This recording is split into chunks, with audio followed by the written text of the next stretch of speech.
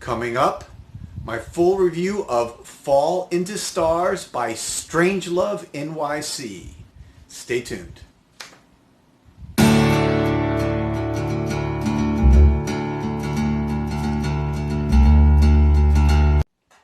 Welcome back, everybody. This is Joel the Nose coming to you from Miami as always, and I'm actually just back early this morning from New York City for the ScentXplore event that I know many of you either went to or heard about. Tremendous evening. I want to thank Max Forti for putting this together. Max, it was a tremendous event. People from all around the world I met, literally from the Far East to obviously a lot of from the New York area, from me from Miami. It was just tremendous. And there was YouTube content creators, there were niche perfumers, there were fans. It was just a wonderful night celebrating fragrance. And they had a YouTube or a panel with a lot of the top content creators like Demi Rawling, Jeremy Fragrance, Stephen from Lessons, Carlos from Brooklyn Fragrance Lover. I spoke at length with Stephen about his fragrances that he's releasing now, and just a really sweet, humble guy. And also with Jeremy Fragrance, who also very humble, just full of class, took time to speak to everybody, and we had a great conversation. So wonderful evening. Got to smell a lot of really cool perfumes, get lots of great samples from these niche houses that are kind of up and coming. So you get to learn about some of the cutting edge stuff.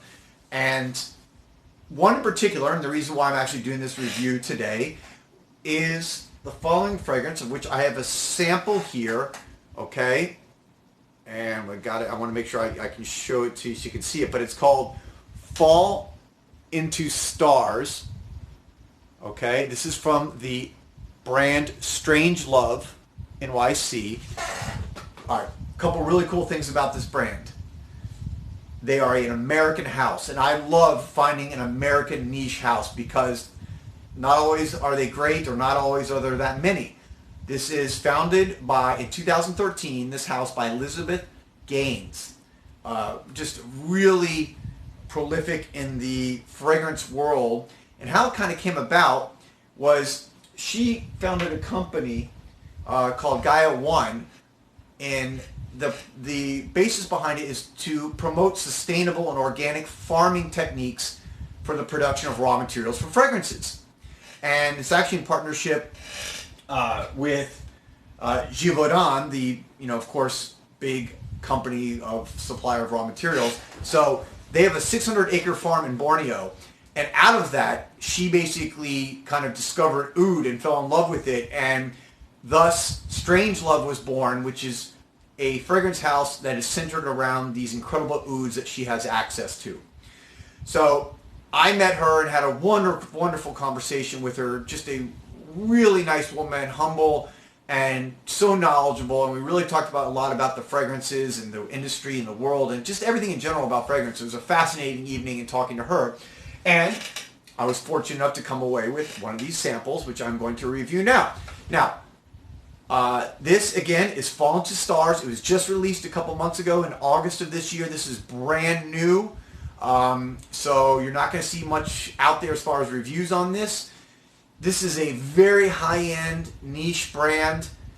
You will find it as far as in retail stores at Harrods in London or Bergdorf and Goodman in New York. Other than that, you can buy them on their website. So this is high-end, niche, oud-based fragrances. For you oud lovers, you're in for a treat. Myself, oud is something that has been an acquired taste. I'm still not fully on the oud train like I guess people maybe from other parts of the world. I have one fragrance in my collection from Montal called Oud Forest that has oud. I actually have some others that have small amounts. So this, is going to be new for me to really wear something that is so oud based. And so without further ado, let me jump into this review. Again, this is Fallintostars, released in August of this year. The nose behind this is Chistophe Laudamiel. And by the way, the three main people behind the brand Strangelove NYC, again, are Elizabeth Gaines, the CEO and founder.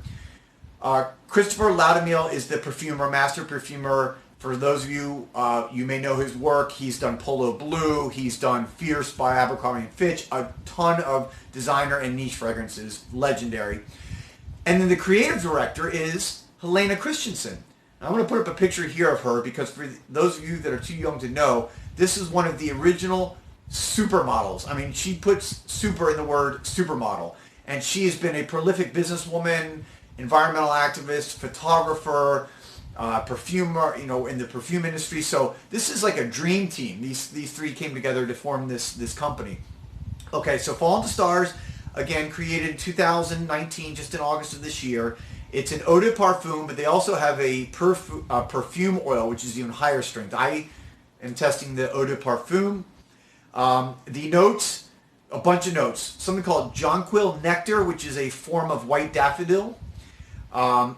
2 forms of Indian oud, 2 different kinds. Rosewood, amber, pink peppercorn, Peruvian balsam, benzoin, ginger, bergamot, labdanum, nutmeg, tonka bean.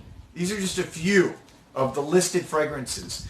And I spoke to actually Elizabeth directly about these. So there's even more in there that aren't listed.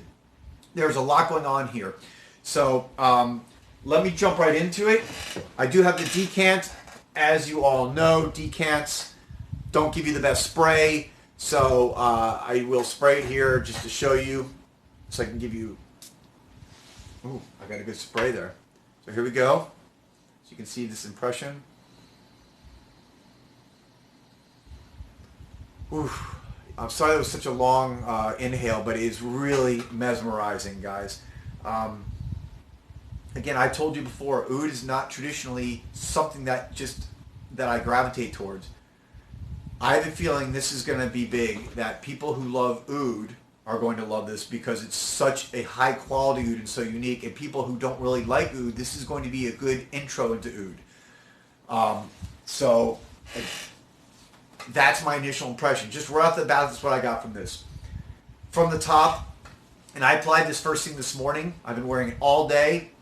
I've been wearing it now for 9 hours, and it's still on my skin, as I always do.